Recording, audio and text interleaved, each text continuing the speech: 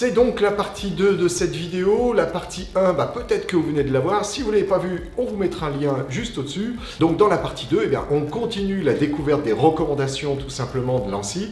Et puis je vous invite à nous poser des questions en commentaire s'il y a des choses qui ne vous paraissaient pas encore totalement claires. Sinon, vous pouvez bien évidemment nous contacter pour qu'on vienne faire un petit audit, tout simplement des bonnes pratiques au sein de votre entreprise. Sur ce, je vous souhaite une bonne découverte de la partie 2. Je vous souhaite à nouveau un bon réveillon pour ceux qui auraient vu la fin de la première partie. Et je vous dis de toute façon à 2022 pour de nouvelles vidéos sur la sécurité, vous vous en doutez, mais aussi sur tout un tas d'autres choses. Allez, à très bientôt et prenez soin de vous. Alors, le point qui est toujours un petit peu tendancieux sur la gestion justement des erreurs de mots de passe, c'est la limite d'authentification. C'est-à-dire, au bout de combien de fois je dois bloquer justement une authentification. Alors, il y a plusieurs clochers, on va dire, à ces questions-là, parce que ça va dépendre vraiment de l'urgence à accéder à cette ressource. C'est-à-dire que je me suis trompé une fois, deux fois, trois fois. Au bout de 3 fois ou X fois, est-ce que je dois bloquer 5 minutes? Est-ce que je dois bloquer une journée? Est-ce que je dois bloquer définitivement? Est-ce que je dois donner à l'utilisateur un moyen pour réactiver justement cet accès par le biais d'un message envoyé sur une autre boîte aux lettres mail, par le biais d'un message envoyé par SMS qui demanderait un code à saisir. Bref, il y a mille et une façons de déverrouiller son compte, mais surtout selon les ressources sur lesquelles ça va s'appliquer, c'est-à-dire que ça soit du on-premise comme type de ressource, c'est-à-dire accéder à, je ne sais pas, un VPN par exemple de l'entreprise, accéder à un bureau à distance ou accéder à une messagerie en ligne. Les moyens vont être différents pour réactiver le compte.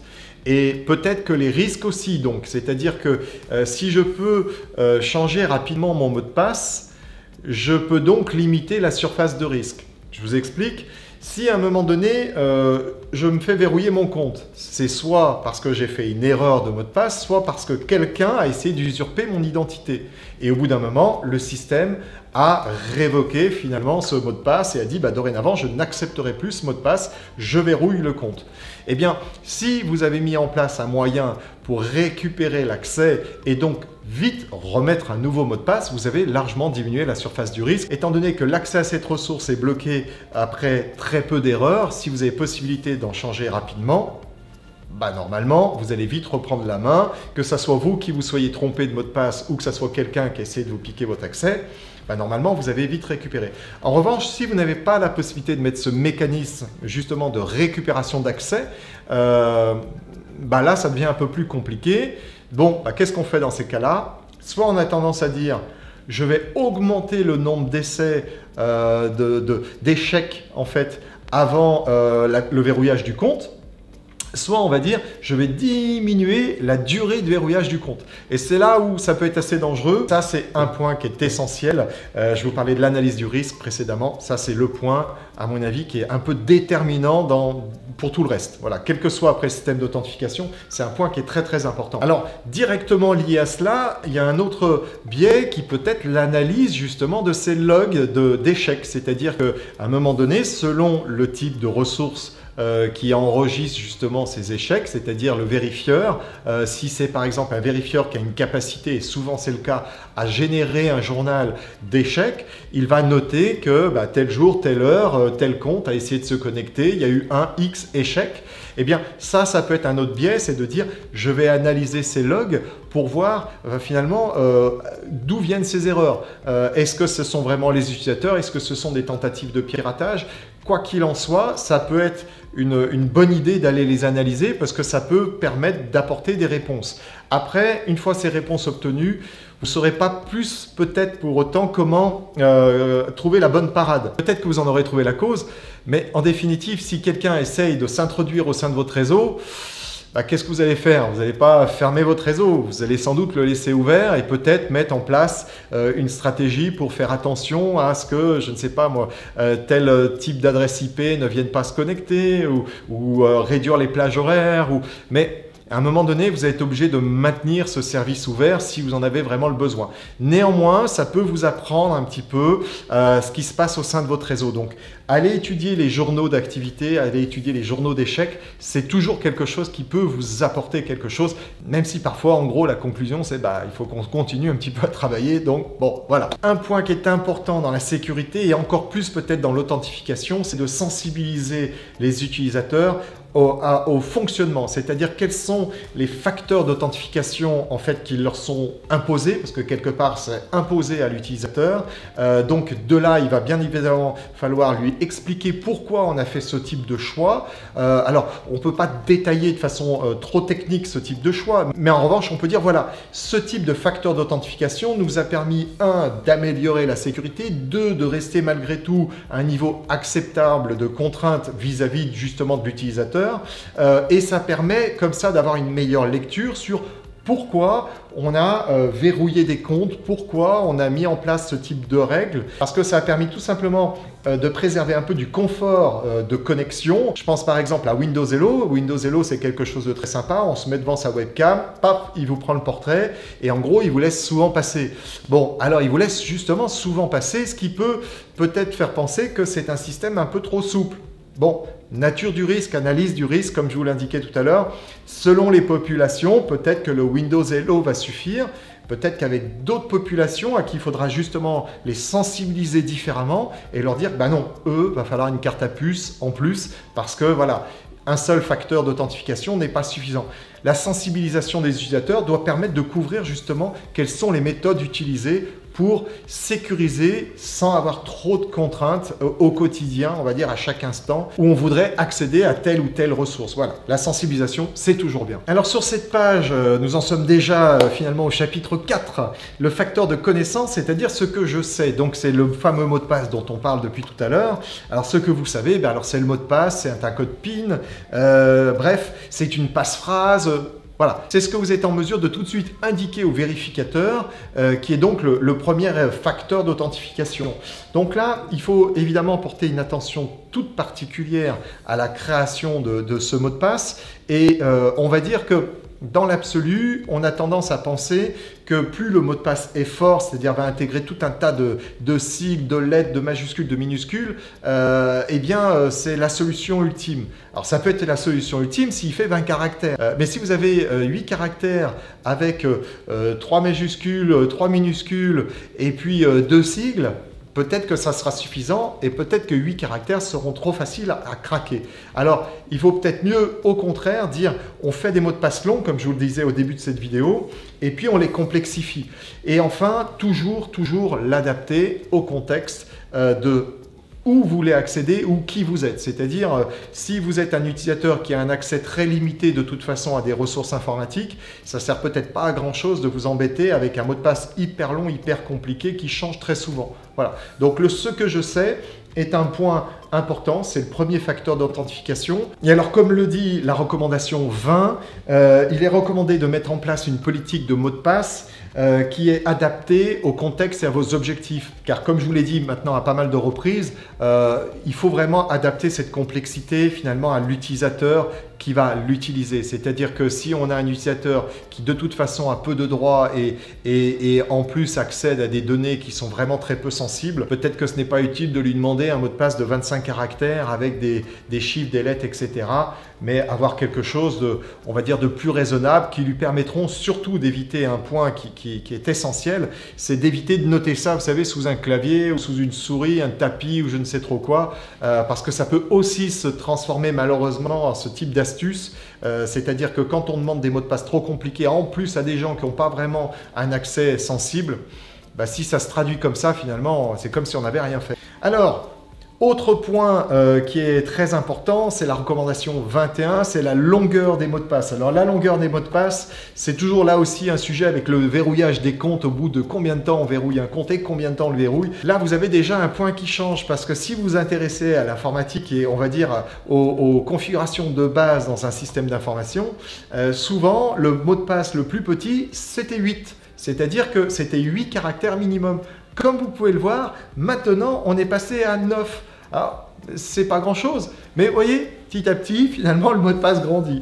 Et de 9 à 11, nous sommes sur un niveau de sensibilité qui est faible à moyen. Enfin, vous avez moyen à fort, c'est 12 à 14. Et puis alors, fort à très fort, nous sommes au moins à 15 caractères. Donc tout ce qui est administration, tout ce qui est, on va dire, accès à un firewall, tout ce qui est accès vraiment à des données ultra sensibles qui, si jamais ce mot de passe était cassé, mettait à mal votre système d'information, c'est 15 caractères minimum, et évidemment des caractères complexes. Et vous pouvez ajouter cela avec plusieurs facteurs d'authentification selon justement la nature du risque. Mais voilà, vous voyez là les choses évoluent, et puis ça évolue malheureusement vers des systèmes encore plus durs. Alors je vous le disais il y a déjà maintenant un petit moment, la recommandation 22 est une recommandation vraiment importante, c'est de ne pas imposer de longueur maximale. C'est vrai qu'on peut avoir cette envie-là de dire bon, un mot de passe ça va faire maximum de... Non, non, non, c'est pas grave. S'il fait 200 caractères, qu'il fasse 200 caractères. Ça va être un petit peu pénible à saisir à chaque entrée, mais en tout cas, la longueur maximale devrait jamais être imposée. En revanche, la complexité, c'est quelque chose qui peut s'entendre, mais plus qu'à forcer, encore une fois, des utilisateurs à utiliser pêle-mêle tout un ensemble de caractères, les passe-phrases, c'est vraiment très très bien parce que vous aurez une meilleure adhésion de la part des utilisateurs. Comme je vous parlais tout à l'heure de sensibilisation, l'adhésion est très importante. C'est-à-dire qu'il ne faut pas que ça soit une guerre de clochers, quoi. C'est-à-dire ceux qui veulent la sécurité, puis ceux qui veulent en gros la souplesse, et puis pas s'embêter avec ce genre de choses. Le mot de passe passe-phrase est vraiment un moyen normalement pour tout le monde d'avoir la possibilité de retenir de façon mémotechnique quelque part ces fameux mots de passe sans que ça entraîne, je le note sous le clavier, vous voyez. Donc voilà, complexité des mots de passe, mais pondéré, on va dire, avec justement des mots de passe relativement longs. Alors on revient sur la fréquence de changement de mot de passe qu'on avait évoqué un peu plus tôt. Là, ce chapitre-là est vraiment tourné autour justement de ce point. Pour dire quoi? Pour dire que fut un temps, c'est vrai qu'on demandait à changer de façon très très régulière ces fameux mots de passe. Ce qui conduisait à une déviance un petit peu du système en rajoutant un +1 ou un +B ou un A, un B, un C, bref, les utilisateurs trouvaient un subterfuge pour éviter justement d'avoir de nouveaux mots de passe à mémoriser. Plus que de changer régulièrement ce fameux mot de passe, qu'il faut malgré tout garder en termes de fréquence, il va falloir s'adapter au type de personne. C'est-à-dire que si vous avez des utilisateurs non sensibles, peut-être privilégier un temps plus long, c'est-à-dire que, eh bien, peut-être que changer une fois par an, voire même une fois tous les 2 ans, ça peut être suffisant.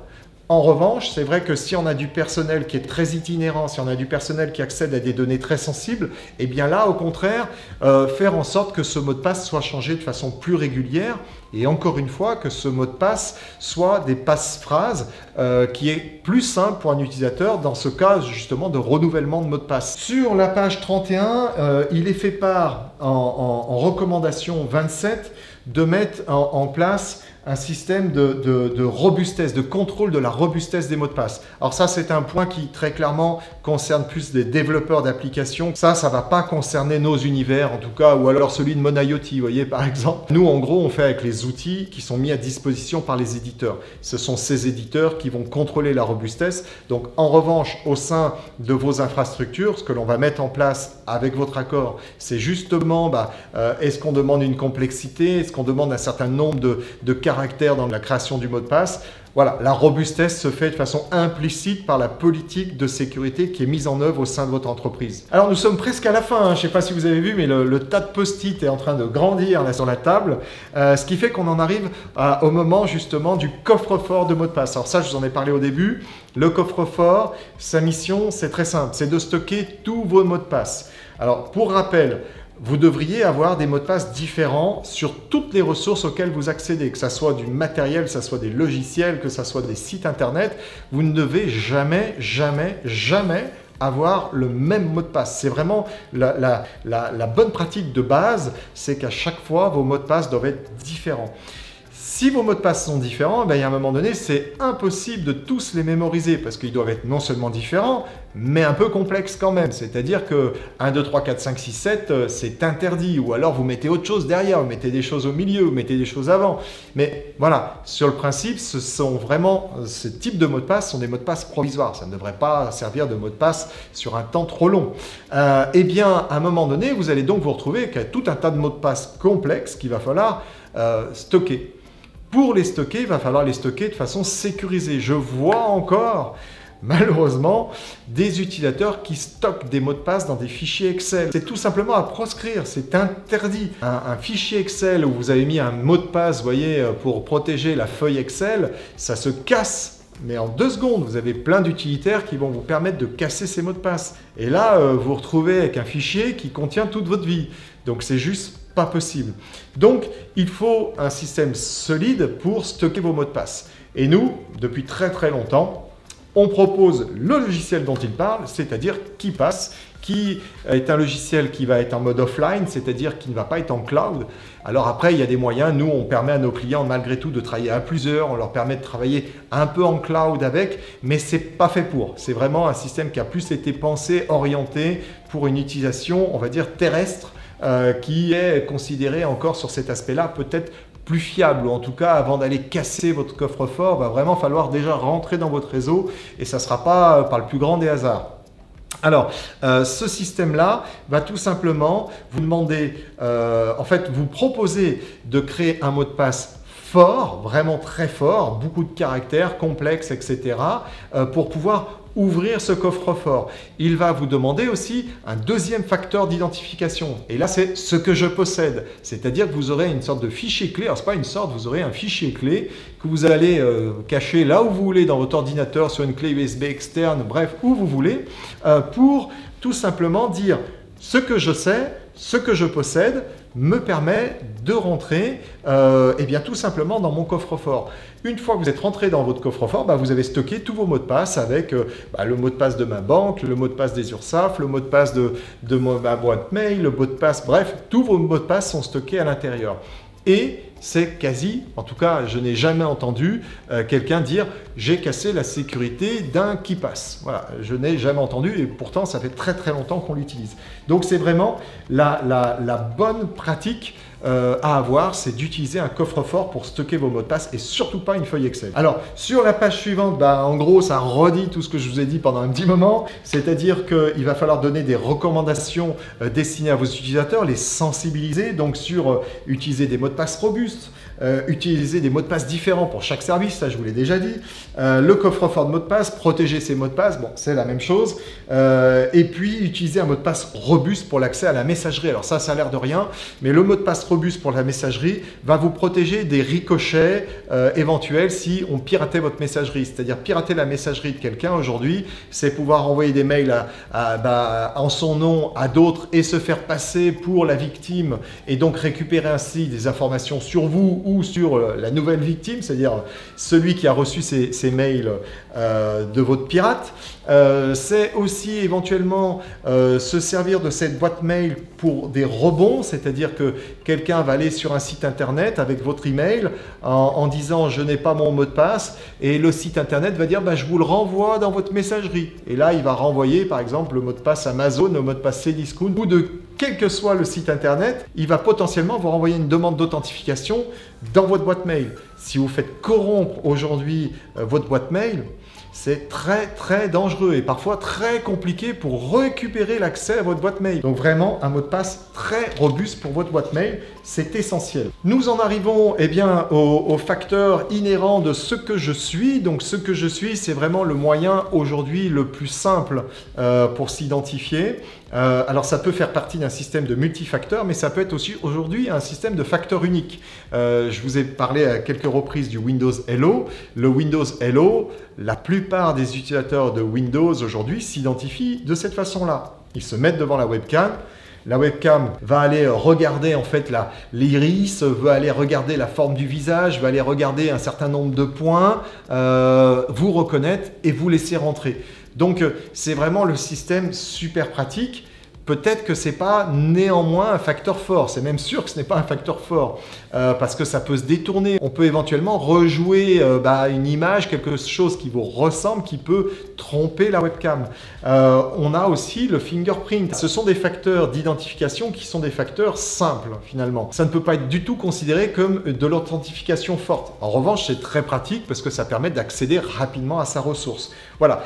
Donc si on couple ce que je sais, ce que je possède et ce que je suis, là, effectivement, le multifacteur peut commencer à s'approcher d'une authentification robuste. Et donc c'est la raison pour laquelle il vous indique en recommandation 40 de ne pas finalement utiliser un facteur inhérent, ce que je suis, comme un facteur unique d'authentification. C'est pourtant ce qui est fait avec Windows Hello. Avec Windows Hello, on n'utilise bien qu'un seul facteur, c'est-à-dire qu'à partir du moment où vous avez renseigné et mémorisé le mot de passe de votre Windows et que vous avez paramétré le Windows Hello, le temps que ce mot de passe soit expiré, c'est-à-dire que l'administrateur ait demandé au changement de mot de passe, il n'y a pourtant bien que Windows Hello qui vous sera demandé pour ouvrir votre session. Voilà, nous en arrivons donc à la fin, on va dire, de cette découverte, parce que, comme je vous l'ai indiqué, cette vidéo n'a pas pour but d'être exhaustive. Il y a 42 pages de recommandations, il y en a même 42 tout simplement. Donc voilà, l'idée c'était de survoler ces points avec vous, de vous présenter, on va dire, je l'espère en tout cas d'une façon la plus simple possible, les différents points qui peuvent être à analyser et les différents contextes qui peuvent être à prendre en compte quand on détermine qu'est-ce qu'on va mettre en œuvre comme authentification. Est-ce qu'on va mettre une authentification simple, une authentification un peu, on va dire, robuste ou une authentification forte? Et dans ce cas-là, évidemment, les coûts vont être différents, l'entretien va être différent, la révocation de l'authentification forte sera aussi beaucoup plus coûteuse. Donc voilà, l'idée c'était de passer un petit peu de temps avec vous. Alors, qui sera allé au bout de la vidéo? Alors, si vous avez un commentaire à faire, c'est maintenant.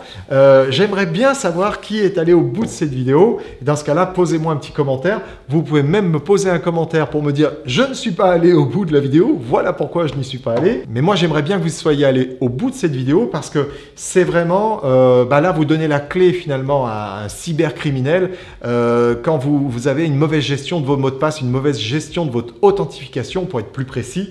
En quelque sorte, vous donnez la clé au cybercriminel pour dire rentrez chez moi, je m'en suis pas soucié, c'était trop compliqué, donc voilà, j'ai préféré faire simple.